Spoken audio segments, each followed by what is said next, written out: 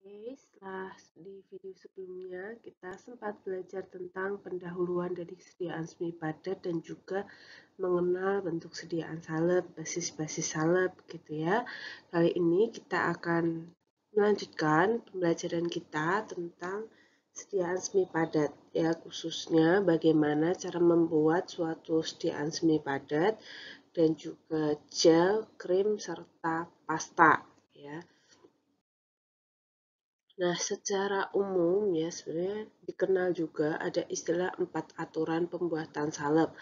Nah, aturan pembuatan salep ini berlaku terutama apabila kita membuat sediaan salep atau sediaan semi padat yang berasal dari bahan-bahan baku murni, raw material. Jadi bukan eh, salep yang sudah jadi, yang sudah ada di pasaran, sudah dikemas dalam bentuk tub. Contohnya seperti pada saat teman-teman kemarin praktikum ya, ada mencampur salep gentamisin dan salep hidrokortison. Nah, itu tidak termasuk dalam ranah pembuatan salep yang ini. Jadi, pembuatan salep yang saya maksud di sini adalah yang benar-benar kita buat dari bahan baku. Misalnya ada serbuk asam salisilat, kemudian ini kita campur dalam suatu medium.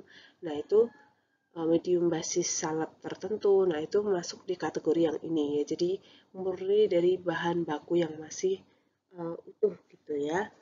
Nah, jadi ada 4 aturan dasar ya ketika kita akan mencampur sediaan salep dari bahan-bahan baku ini. Peraturan yang pertama adalah kalau kita memiliki bahan baku yang dia memiliki kelarutan baik di dalam lemak, maka kita tidak membutuhkan pelarut tambahan. Ya, kita bisa melarutkan dulu zat aktif tersebut di dalam basis kita, terutama basis lemak, ya, supaya homogenitasnya terjamin. Nah, dalam hal ini, jika pencampurannya dalam bentuk semi padat, misalnya kayak vaselin gitu, bentuknya semi padat kita campurkan, itu mungkin masih sulit larut, maka kita bisa juga melakukan pemanasan.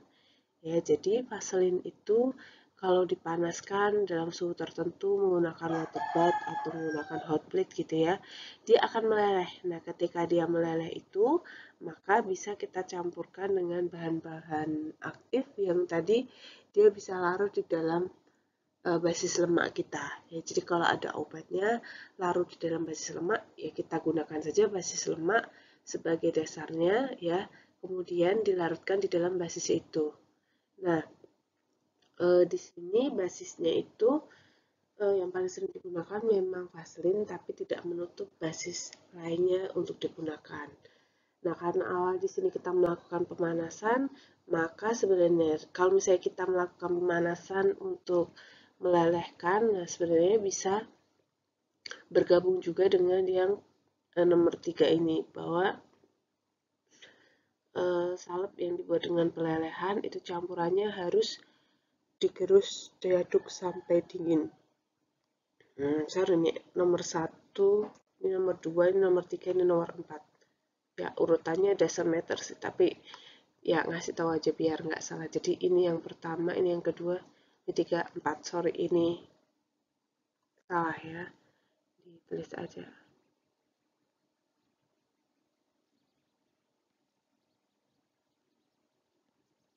Jadi ini yang 2, ini yang 3, ini yang 4. Nah, itu yang pertama.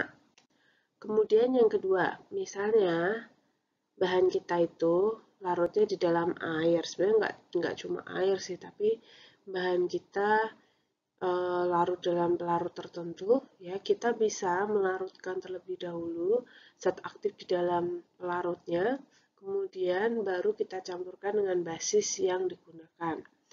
Dalam hal ini, jika basisnya adalah basis etanol, maka karena etanol itu nantinya akan menguap sehingga tidak perlu diperhitungkan dalam menentukan basis. Tapi beda ceritanya jika bahan aktif kita itu larutnya di dalam air. Nah, kalau larutnya di dalam air, air itu dia tidak akan menguap ya. Sehingga kalau misalnya kita gunakan air, maka air itu tidak akan ada di dalam resep, tapi kita sebagai farmasis akan menambahkan air tersebut untuk membantu homogenitasnya. Nah, dalam hal tersebut, maka supaya tidak mengubah bobot akhir dari si salep, maka kita perlu mengurangkan bobot air dari bobot basisnya gitu ya. Misalnya bobot total salepnya adalah 30 gram. Kemudian ada zat aktifnya 1 gram, kita pakai air untuk melarutkannya 5 ml atau 5 gram. Ya, maka kalau tanpa air sebenarnya resepnya aja zat aktif dan juga basis kan, kalau total 30, zat aktifnya 1, maka basisnya adalah 29. Nah, tapi karena kita tambahkan air, maka air itu kita kurangkan dari jumlah basis. Maka basisnya adalah 29 dikurangi 5, yaitu 24. Kita pakai basis 24 dan air 5.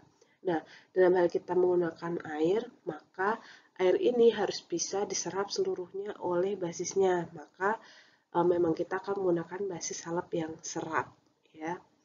Nah, kalau misalnya dia pakai etanol, ya etanolnya nanti akan menguap sih, jadi nggak perlu dikurangkan dari si basisnya. Ya, contohnya kalau yang pakai etanol, misalnya kita bikin salep asam saisilat, nah itu nggak perlu pakai air. Kemudian peraturan yang ketiga, kalau misalnya bahan aktifnya itu dia nggak larut di air, nggak larut di etanol, nggak larut di minyak, terus gimana? Ya, dia sangat sukar larut di mana-mana, ya maka kita bisa melakukan penyerbukan ya, dihaluskan lagi serbuknya dulu, kemudian diayak ya. Nah, ini sebenarnya bisakah teman-teman lihat ketika besok ada video pembuatan semi padat ya tentang yang si ini zinc oxide ointment gitu ya. Yang zinc oxide ointment yang kemarin sudah pernah dibuat, yang pernah ditonton pada saat praktikum ya. Nah, dalam hal ini air kalau misalnya dia nggak larut, maka diserbuk dulu, dihaluskan, digerus, lalu diayak. Nah, setelah dia diayak, baru dicampurkan dengan basisnya. Nah, untuk pembuatannya bisa ditambahkan levigating agent. Kemudian, salep yang dibuat dengan pelelehan, maka campurannya harus digerus dan diaduk sampai dingin. Jadi, tadi biasa ini dipakai kalau kita menggunakan lebih dari satu basis sih. Jadi misalnya saya punya campuran antara basis vaselin, kemudian basis sera, ada selane, kita mau pakai tiga-tiganya, nah itu biasanya kita lelehkan dulu. Kenapa dilelehkan? Supaya fasenya sama, ya karena kalau bentuknya sama-sama semi padat, kita campurkan, itu kan relatif lebih sulit bercampurnya, ya sehingga dilelehkan dulu, ya biasanya di suhu 50 mereka sudah leleh ya di atas water bath atau di atas apa namanya hot plate. Nah, itu biasanya bisa meleleh ya. Baru setelah itu kita campur semuanya dan diaduk sampai dingin. Ya, kenapa harus diaduk sampai dingin, Bu? Kan capek. Ya, karena dia awalnya kan bukan dari satu bahan ya, dia dari 3 bahan atau 4 bahan yang berbeda. Kalau misalnya mereka memiliki bobot jenis yang beda, sedangkan tidak kalian aduk, maka ada risiko terjadinya pemisahan. Maka tetap harus digerus, diaduk sampai dingin. Kalau dia sudah dingin, dia akan membentuk fase semi padat ya, sehingga kemungkinan untuk memisah sangat kecil. Kemudian itu tadi adalah aturan dasar pencampurannya gitu ya. Tapi sebenarnya kalau dari sisi teknik pencampurannya, teknik penggunaan alat ya, teknik pencampurannya itu ada 4 teknik umum ya. Yang pertama adalah teknik triturasio, di mana kita mencampurkan hanya menggunakan mortar dan stamper yang dingin digerus biasa ya. Sedangkan kalau hot triturasio kita menggerus, tapi alat yang digunakan adalah mortir dan juga stamper yang dipanaskan ya. Nah, kemudian ada juga teknik spatulasi. Kalau teknik spatulasi ini biasanya kita gunakan papan kaca dan juga spatula untuk memungkinkan campuran salepnya atau campuran semi padatnya ya. Teknik spatulasi ini cocok banget kalau misalnya kita nyampurin atau membuat sediaan salep yang memang ada partikel padatannya. Supaya apa? Supaya kita bisa lihat apakah semuanya sudah bercampur atau belum ya. Karena bisa kelihatan permukaannya kasar atau enggak dan lain-lain. Nah, kemudian yang terakhir adalah teknik levigasi, di mana kita mencampurkan bahan padatan yang tidak larut dengan basis di dalam suatu levigating agent. Jadi kayak di aturan salep yang nomor 3 tadi ya, kalau kita punya serbuk yang nggak larut di mana-mana, kita ayak, kemudian sebelum kita campurkan ke dalam basis tuh kita tambahkan levigating agent dulu. Nah, dalam hal obatnya itu akan dicampurkan ke dalam basis, levigating agent-nya itu bukan merupakan pelarutnya. Jadi kalau misalnya dia tidak ingin kita buat di dalam suatu sediaan salep ya, dengan levigating agent ada dua pilihan levigating agent yang dapat digunakan ya. Kalau itu nanti di dalam basis air, maka kita gunakan glycerin sebagai levigating agent. Tapi kalau itu nanti digunakan di basis lemak, kita bisa pakai mineral oil sebagai levigating agent. Ya, biasanya levigating agent ini kita memiliki jumlah yang sama 1:1 dengan si bahan aktifnya ya atau bahan padatannya.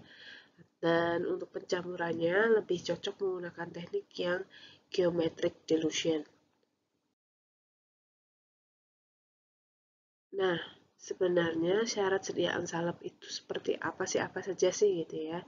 Yang pertama jelas tetap harus aman dan efektif gitu ya. Lalu diikuti dengan viskositasnya sesuai dengan yang kita harapkan ya. Karena sediaan salep itu ya dengan berbagai tipe basisnya akan memberikan profil viskositas yang berbeda-beda ya, tinggal tujuan penggunaannya bagaimana dan juga diharapkannya seperti apa. Lalu cemaran mikrobanya itu harus memenuhi syarat ya, karena memang sediaan semi padat ini penggunaannya multiple dose, jadi dia bisa digunakan berulang dan dengan kemasan tertentu, bisa tuh, bisa pot. Nah itu penggunaan berulang rentan mengalami kontaminasi mikroba, sehingga di sini dicek juga ya cemaran mikrobanya seberapa ya. Dan kalau ditambahkan pengawet ya maka perlu dicek juga efektivitas pengawetnya seperti apa. Kemudian dia harus stabil, jelas ya, terutama untuk yang basis lemak ini harus hati-hati karena rentan berbau tengik ya. Kemudian profil pelepasan dan absorpsinya sesuai dengan yang diharapkan. Kemudian kadarnya juga sesuai dengan persyaratan, minimal sama seperti yang disyaratkan di farmakope. Lalu ada juga daya sebar. Ya, daya sebarnya itu kemampuan si salep untuk diratakan di kulit gitu, seperti apa. Kemudian krim ya. Untuk krim sendiri memang merupakan sediaan semi padat yang terdispersi dalam bahan dasar yang sesuai. Jadi krim ini dia sebenarnya merupakan sistem emulsi ya, di mana dia memang paling cocok penggunaannya untuk sediaan kosmetik ya, meskipun untuk obat juga bisa ya. Banyak juga contohnya ya. Kalau yang kalian pakai kemarin hidrokortison itu contoh krim untuk obat. Kalau yang obat tradisional misalnya kayak Virugon atau kayak ada krim untuk pegel-pegel itu ada, saya lupa namanya apa. Nanti bisa dicek ya. Nah, di sini krim itu karena dia sistemnya emulsi, dia bisa emulsi minyak dalam air dan juga emulsi yang air di dalam minyak ya. Nah, krim ini paling seneng dipakai buat kosmetik karena apa? Di satu sisi dia memiliki fase minyak yang bisa memberikan kelembapan pada kulit ya. Tapi di satu sisi juga dia memiliki fase air yang tidak memberikan efek greasy yang berlebih pada wajah gitu ya. Jadi memang untuk kosmetik dia cocok ya. Untuk obat pun juga cocok. Cuma ya balik lagi, kalau obat sih biasanya tetap kita sesuaikan dengan tujuan penggunaannya ya. Apakah kita ingin dia bertahan lama di di kulit atau tidak. Nah, itu akan mempengaruhi basis salep yang kita pilih. Nah, kelebihan dan kekurangan dari sediaan krim itu apa? Yang jelas, kelebihannya memang dia sangat mudah menyebar ya, karena viskositasnya lebih rendah dibandingkan salep biasa yang hidrokarbon dan juga basis serat ya. Karena ingat bahwa krim ini sebenarnya merupakan basis yang mudah dicuci air ya. Cara kerjanya biasanya memang hanya topikal aja efeknya, jarangnya dia transdermal ya, meskipun tidak menutup kemungkinan juga. Kemudian kalau dia krim dengan tipe emulsi oil in water itu dia nggak lengket ya. Kemudian untuk krim ya yang berupa tipe water in oil itu ada istilahnya cold cream ya. Itu dia memberikan rasa dingin ya, cold cream. Kemudian memang cocok untuk kosmetik dan juga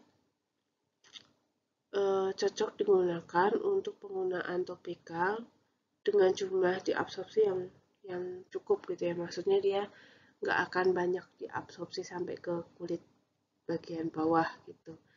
Kemudian kekurangannya sendiri memang pembuatannya jauh lebih ribet dibandingkan pembuatan salep yang lain dibandingkan gel, pasta, dan salep. Krim itu pembuatannya paling sulit karena sekali lagi sama seperti emulsi dia itu terdiri dari dua fase yang sebenarnya nggak bisa saling campur. Nah itu memang membutuhkan energi yang lebih dalam mencampurannya. Dalam hal ini kita memang menggunakan pemanasan untuk mencampur atau membuat sediaan krim. Nah, kemudian memang krim ini karena dia sistemnya emulsi, ada potensi dia mudah pecah ya, terutama maksudnya pecah di sini ada pemisahan fase antara fase minyak dan juga fase air. Nah, kemudian karena dia memiliki kandungan air juga, ketika kita simpan, mungkin pernah nggak sih kalian nyimpan krim gitu, tiba-tiba krimnya memadat atau mengeras atau udah nggak lunak lagi ya. Nah, itu karena kandungan air di dalam krim itu dia bisa hilang atau menguap sehingga krimnya itu sendiri ya bisa kering dan juga rusak ya, jadi nggak bisa dipakai lagi.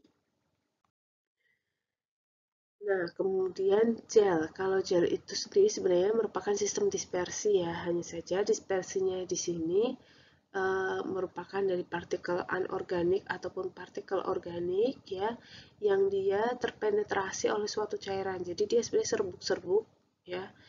Cuma di sini airnya di situ masuk ke dalam serbuknya, diserap ya, terpenetrasi itu masuk ke bagian matriks atau jaringan dari serbuk-serbuknya sehingga membentuk matriks yang kita sebut dengan istilah gel ya.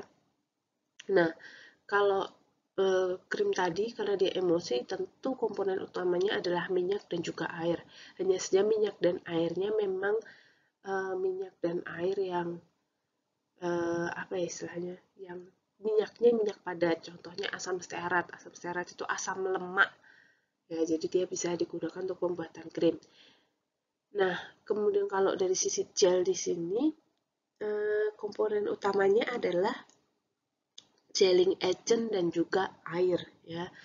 Gelling agent di sini dia yang nanti akan membantu pembentukan matriks-matriks dari suatu gel. Nah, kemudian kelebihan dan kekurangannya memang kalau dari sisi kelebihannya gel itu karena dia sebagian besar berisi air ya, dia akan memberikan efek yang dingin dan sangat nyaman untuk digunakan. Tampilannya pun cukup elegan gitu ya, menarik, elegan ya. Dan kalau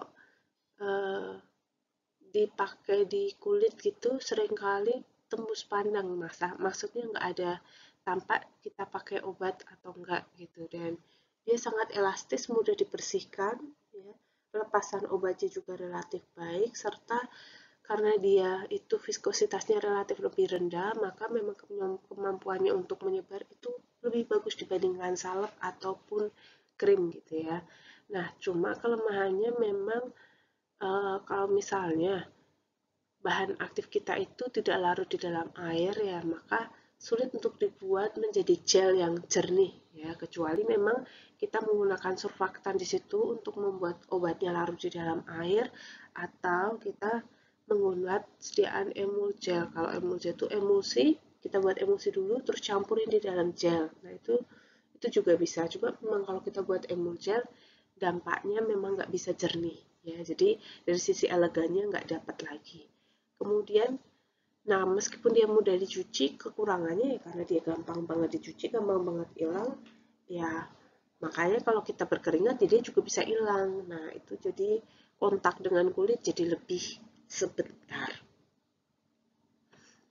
Nah, dalam hal tadi kita pakai surfaktan, itu penggunaan surfaktan yang tinggi itu sangat bisa menyebabkan iritasi ya karena bisa jadi dia merusak lapisan kulit ya karena surfaktan itu kan dia punya sisi yang apa istilahnya yang dia hidrofil, ada yang lipofil. Nah, itu kemampuan dia untuk berinteraksi dengan yang hidrofil dan lipofil di kulit. Nah, itu bisa juga menyebabkan lapisan kulit terkikis ya, jadi iritasi.